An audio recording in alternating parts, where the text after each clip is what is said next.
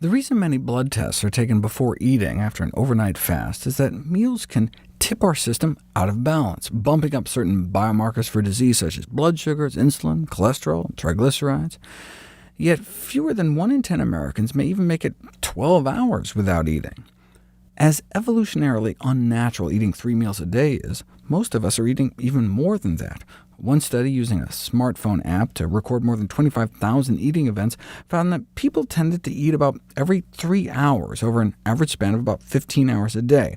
Might it be beneficial to give our bodies a bigger break?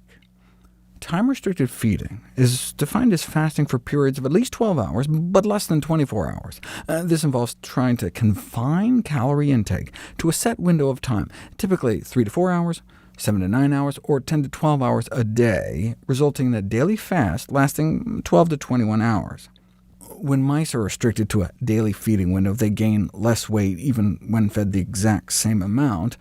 Rodents have such high metabolisms, though, that a single day of fasting can starve away as much as 15% of their lean body mass. This makes it difficult to extrapolate from mouse models. You don't know what happens in humans until you put it to the test. The dropout rates in time-restricted feeding trials certainly appear lower than most prolonged forms of intermittent fasting, suggesting it's more easily tolerable, but does it work? If you have people even just stop eating between 7 p.m. and 6 a.m. for 2 weeks, they lose about a pound each week compared to no time restriction.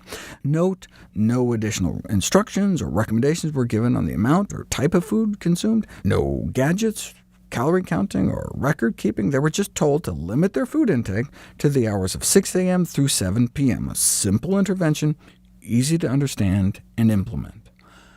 The next logical step was to try putting it to the test for months instead of just weeks. Obese men and women were asked to restrict eating to an 8-hour window between 10 a.m. and 6 p.m. 12 weeks later, they'd lost 7 pounds. This deceptively simple intervention may be operating from a number of different angles. People tend to eat more food later in the day, and higher fat foods later in the day. By eliminating eating in the late evening hours, one removes prime-time snacking on the couch, a high-risk time for overeating. And indeed, during the No Eating After 7 p.m. study, the subjects were inadvertently eating about 250 fewer calories a day. Then there are also the chronobiological benefits of avoiding late-night eating. I'm going to do a whole series of videos about the role our circadian rhythms have in the obesity epidemic, how the timing of meals can be critical, and how we can match meal timing to our body clocks. And just to give you a taste, the exact same number of calories at dinner is significantly more fattening than the same number of calories eaten at breakfast.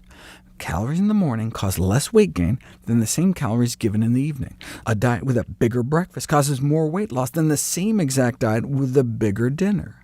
Nighttime snacks are more fattening than the same snacks in the daytime.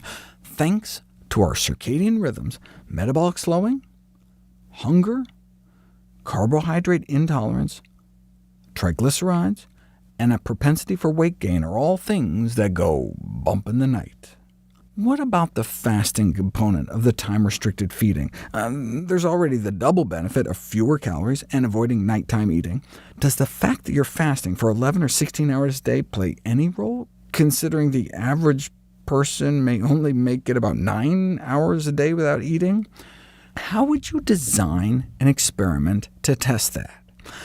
What if you randomize people into 2 groups and forced both groups to eat the same number of calories a day, and both to eat late into the evening, but with one group fasting even longer, 20 hours? That's exactly what researchers at the USDA and National Institute of Aging did. Men and women were randomized to eat 3 meals a day, or to fit all those same calories into a 4-hour window between 5 p.m. and 9 p.m., and fast the rest of the day. If the weight loss benefits from the other 2 time-restricted feeding studies was due to the passive calorie restriction or avoidance of late-night eating, then presumably both these groups should end up the same, because they're both eating the same amount and they're both eating late. But that's not what happened. After 8 weeks, the time-restricted feeding group ended up with nearly 5 pounds less body fat, about the same number of calories, but they lost more weight. A similar study with an 8-hour window resulted in 3 pounds more fat loss. So there does seem to be something to giving your body daily breaks from eating around the clock. Because that 4-hour window was at night, though, they suffered the chronobiological consequences, significant elevations in blood pressures and cholesterol levels despite the weight loss. The best of both worlds was demonstrated in 2018, early time-restricted feeding, eating within a narrow window earlier in the day, which we'll cover next.